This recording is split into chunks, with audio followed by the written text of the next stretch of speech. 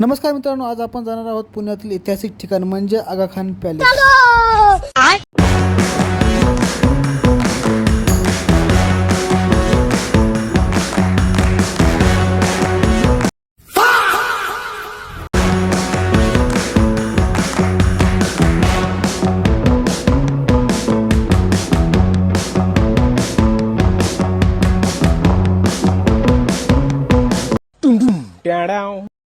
मी पोहोचलो मित्रांनो आगा खान पॅलेस जवळ। मी बघत होतो शिवराज वाट, कारण मला शिवराज येतो म्हणून सांगला होता। मग काय लगेच 5 मिनिटांमध्ये शिवराज आला।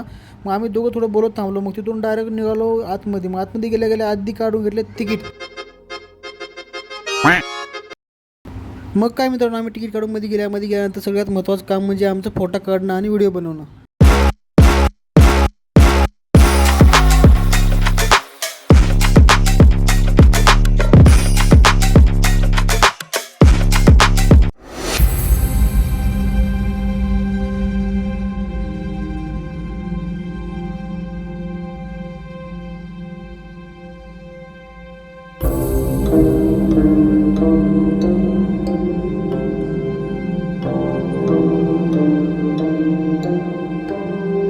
मित्रांनो, पॅलेसचा परिसर खूप मोठा आणि शांत आहे।